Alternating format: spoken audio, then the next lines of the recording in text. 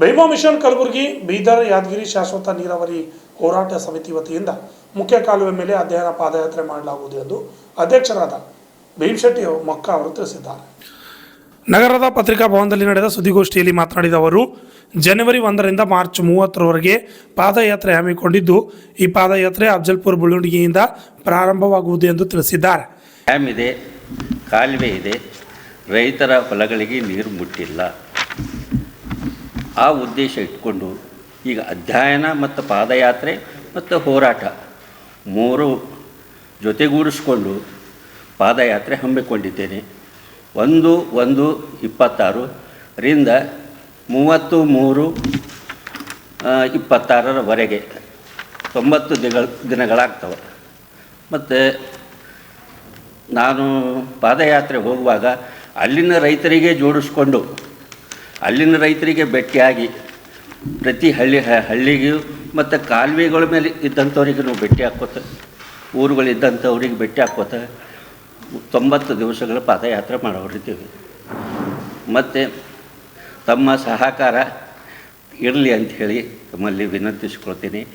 ಮತ್ತು ಮುಂದಿನ ಸವಿಸ್ತಾರವಾಗಿ ನಮ್ಮ ಕುಮ್ನೂರು ಸರ್ ಬಸವರಾಜ್ ಕುಮ್ನೂರು ಅವ್ರು ಮಾತಾಡ್ತಾರೆ, ತಮ್ಮ ಬಗ್ಗೆ ಹೇಳ್ತಾರೆ. ಭೀಮಾ ಏತ ನೀರಾವರಿಯಿಂದ ಅಫಜಲ್ಪುರ ತಾಲೂಕು ಅಫಜಲ್ಪುರ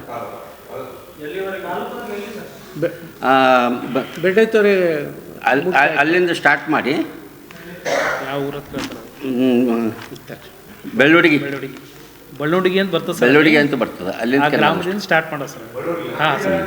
ಸೆಕೆಂಡ್ ಅಮರ್ಜ, ಥರ್ಡ್ ಚುಳುಕಿ ನಾಲಾ ಬೀದರ್ ಬಸವ ಕಲ್ಯಾಣ, ಕಾರಂಜ,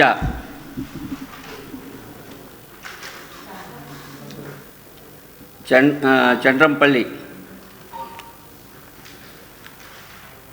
ಲೋವರ್ ಮುಲ್ಲಾಮರಿ, ಹತ್ತಿಕುಣಿ ಯಾದಗಿರ್, ಸೌದಾಗರ್ ಯಾದಗಿರ್, ಅಲ್ಲಿಂದ ಅಪ್ಪರ್ ಮುಲ್ಲಾಮರಿ, ಗಂಡೋರಿ ನಾಲಾ, ಬೆಣ್ಣೆತೊರ,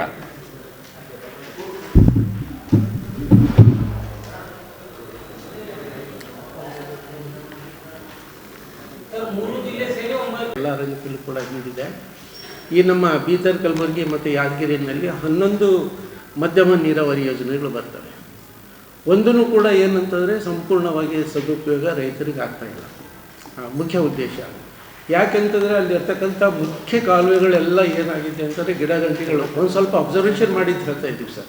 ಎಲ್ಲ ಗಿಡಗಂಟೆ ಮಣ್ಣು ಎಲ್ಲ ತುಂಬಿಕೊಂಡು ರೈತರ ಹೊಲಗಳಿಗೆ ನೀರು ಹೋಗ್ತಾಯಿಲ್ಲ. ಉದ್ದೇಶ ಕಾಲ್ನಡಿಗೆ ಮಾಡ್ತಕ್ಕಂಥ ಉದ್ದೇಶ ಏನು ಅಂತಂದರೆ ಆ ಕಾಲುವೆಗಳ ನೈಜ ಚಿತ್ರಣವನ್ನು ಚಿತ್ರೀಕರಿಸಿ ಅಲ್ಲಿರ್ತಕ್ಕಂಥ ಜನಗಳಿಗೂ ಕೂಡ ಏನಂತಾರೆ ಅದ್ರ ಬಗ್ಗೆ ತಿಳುವಳಿಕೆ ಕೊಡ್ತಕ್ಕಂಥದ್ದು. ನಾವು ಡಿಪಾರ್ಟ್ಮೆಂಟ್ಗೆ ಕೇಳಿದ್ದೀವಿ, ಇಷ್ಟೆಲ್ಲ TMCಗಳು ನೀರಿದೆ, ಇದ್ರ ಉಪಯೋಗ ಏನು ಅಂತಂದರೆ, ಇಲ್ಲ ನಾವು ನೀರು ಬಿಟ್ಟಿದ್ದೀವಿ ಅಂತ ಹೇಳ್ತಾರೆ. ಯಾವ ಕಾಲುವೆಗಳು ಕೂಡ ಸಂಪೂರ್ಣವಾಗಿ ನೀರು ಬಿಟ್ಟಿಲ್ಲ. ಕಾಲುವೆಗಳೆಲ್ಲ ಕೂಡ ಮಡ್ಡು ಮತ್ತು ಈ ಗಿಡ ಗಂಟೆಗಳೆಲ್ಲ ತುಂಬಿಕೊಂಡು ಹೋಗಿದೆ ಸರ್. ಉದ್ದೇಶ ಏನಪ್ಪ ಕಾಲ್ನಡಿಗೆ ಅಂತಂದರೆ ಅವುಗಳ ಒಂದು ಯಥಾಸ್ಥಿತಿಯನ್ನು ಅಧ್ಯಯನ ಮಾಡಿಕೊಂಡು, ಈಗ ಸುಮಾರು 11 ಡ್ಯಾಮ್ಸ್ಗಳಿದೆ. 11 ಡ್ಯಾಮ್ಸ್ಗಳು ಎಡದಂಡೆ ಮತ್ತು ಬಲದಂಡೆ, ಎಡದಂಡೆ ಬಲದಂಡೆಗೆ ಸೇರಿಸಿಕೊಂಡು ಈ 3 ಜಿಲ್ಲೆಗಳದ್ದು ಅವುಗಳ ಅಧ್ಯಯನ ಮಾಡಿಕೊಂಡು, ವಿಡಿಯೋ ಮಾಡಿಕೊಂಡು, ಫೋಟೋಗಳು ತಗೊಂಡು, ಮತ್ತು ಇನ್ನೊಂದು ಏನಿದೆ ತಾವು ಹೇಳಿದಿರಿ, ನಮ್ಮಲ್ಲಿ ಜನಜಾಗೃತಿ ಭಾಳ ಕಡಿಮೆ ಇದೆ ಭಾಗದಲ್ಲಿ. ರೈತರಲ್ಲೇ ಪಕ್ಕದಲ್ಲೇ ಹೊಲ ಇರ್ತದೆ, ನೀರು ಬೆಳೆವಣಿಗಳ ಹತ್ರ ಸುಮ್ಮನೆ ಕೊಡ್ತಾನೆ, ಡ್ಯಾಮ್ನಲ್ಲಿ ನೀರಿದೆ, ನಾವು ಸರ್ಕಾರಕ್ಕೂ ಕೂಡ ಇಲ್ಲಿ ಕೊಟ್ಟಿದ್ದೀವಿ, ನೀವು ನೀರೇ ಬಿಡ್ತಾ ಇಲ್ಲ ಅಂದರೆ ನಾವು ನೀರು ಎಲ್ಲಕ್ಕ ಬಿಟ್ಟಿದ್ದೀವಿ ಅಂತಕ್ಕಂಥ ಉತ್ತರ ಕೂಡ ಕೊಟ್ಟಿದ್ದಾರೆ. ಸೊ ಉದ್ದೇಶ ಏನು ಅಂತಂದರೆ ಈ ಡ್ಯಾಮ್ಗಳ ಉದ್ದೇಶ ಏನು ಎದಕ್ಕೋಸ್ಕರ ಕಟ್ಟಿದ್ರು ಆ ಉದ್ದೇಶ ಈಡೇರಲಿ ಅಂತಕ್ಕಂಥದ್ದು ತಮಗೆಲ್ಲ ಗೊತ್ತಿದೆ ಸರ್. ಕೃಷಿಯನ್ನ ಇಲ್ಲಿ ಅವಲಂಬಿತ ಆಗಿರ್ತಕ್ಕಂಥ ಜನಸಂಖ್ಯೆ ಎಷ್ಟು ಅಂದರೆ 90% ಅದ್ರ ಮೇಲೆ ಅವಲಂಬನೆ ಆಗಿದ್ದಾರೆ. ಮತ್ತು ನೀರಾವರಿ ಪ್ರದೇಶ ಎಷ್ಟಿದೆ ನಮ್ಮ ಕಲಬುರಗಿನಲ್ಲಿ ಅಂದರೆ ಕೇವಲ 10% ಅದ. ಅದಕ್ಕೆ ಇವೆಲ್ಲ ಇರ್ತಕ್ಕಂಥದ್ದು ಉಪಯೋಗ ಮಾಡಿಕೊಂಡ್ರೆ ಸಾವಿರಾರು ಎಕರೆ ಜಮೀನನ್ನು ಏನಂದರೆ ನೀರಾವರಿ ಆಗ್ತದೆ. ಕ್ರಿಯೇಟ್ ಅವೇರ್ನೆಸ್ ಮಾಡೋದು ಜನಗಳ ಹತ್ರನೂ ಕೂಡ. ನೀರಾವರಿ ಬಳಕೆದಾರರ ಸಂಘಗಳಿದೆ, ಅವೆಲ್ಲವೂ ಕೂಡ ಮನ್ಕೊಂಡು ಯಾವ ರೈತನೂ ಕೂಡ ಸರ್ ಇಲ್ಲೇ ನಾವು ನೋಡ್ತಾ ಇದ್ದೀವಿ, ಎಜುಕೇಟೆಡ್ ಮಾಸ್ ಆಗೇನೆ ನಾವು ಏನೂ ಕೇಳ್ತಾ ಇಲ್ಲ. ಅದು ಹಳ್ಳಿನಲ್ಲಿರ್ತಕ್ಕಂಥ ಜೀವನ ಕೂಡ ಅವರಿಗೆ ಒಂದು ಸ್ವಲ್ಪ ಎಚ್ಚರ ಮಾಡಿ ಈ ಒಂದು ನಮ್ಮ ಏನು ಕಾಲುನಡಿಗೆ ಪ್ರವಾಸ ಇದೆಯಲ್ಲ ಅವ್ರಿಗೆ ಕ್ರಿಯೇಟ್ ಮಾಡೋದು, ಅವೇರ್ನೆಸ್ ಕ್ರಿಯೇಟ್ ಮಾಡಿ ಸರ್ಕಾರದ ವಿರುದ್ಧ ಇದು ಮಾಡೋದು. ಈ 11 ಡ್ಯಾಮ್ಗಳು ಪೂರ್ತಿ ವಿಶ್ಲೇಷಣೆಯನ್ನು ಬರೆದು ಅದರ ವರದಿಯನ್ನು ತಯಾರು ಮಾಡಿ ಸರ್ಕಾರಕ್ಕೆ ನಾವು ಕೊಡಲಿಕ್ಕೆ ಸಿದ್ಧ ಇದ್ದೀವಿ. ಕೇಂದ್ರ ಸರ್ಕಾರ, ರಾಜ್ಯ ಸರ್ಕಾರ ಹಾಗೂ ಪಬ್ಲಿಕ್ನು ಕೂಡ ಏನಂತಾರೆ ಇದನ್ನು ಮಾಡ್ತಕ್ಕಂಥ ಉದ್ದೇಶ ಏನಪ್ಪ ಅಂತಂದರೆ ಯಾವ ಉದ್ದೇಶಕ್ಕಾಗಿ ಡ್ಯಾಮ್ ಕಟ್ಟಿದ್ದೀರೋ ಆ ಉದ್ದೇಶ ಈಡೇರಲಿ ಅಂತಕ್ಕಂಥದ್ದು ಏನಂದರೆ ಭೀಮಾಂಶದ ಉದ್ದೇಶ ಆಗಿದೆ. ಪಾದಯಾತ್ರೆ 3 ತಿಂಗಳು 90 ಡೇಸ್ ಸರ್. ಅಲ್ಲಲ್ಲ ಎಲ್ಲರೂ ಹಾಂ ಎಸ್ ಸರ್, ನಾವು ಇಲ್ಲಿದ್ದು ಕಲಬುರಗಿದಿಂದ 15 ಜನ ಹೋಗ್ತೀವಿ. ಅಲ್ಲಿದ್ದು ಕೂಡ ಮುಖ್ಯವಾಗಿ ಏನಂದರೆ ಅಲ್ಲಿ ಇರ್ತಕ್ಕಂಥ ಜನಗಳನ್ನು ನಾವು ತೊಗೊಳ್ತಾ ಇದ್ದೀವಿ.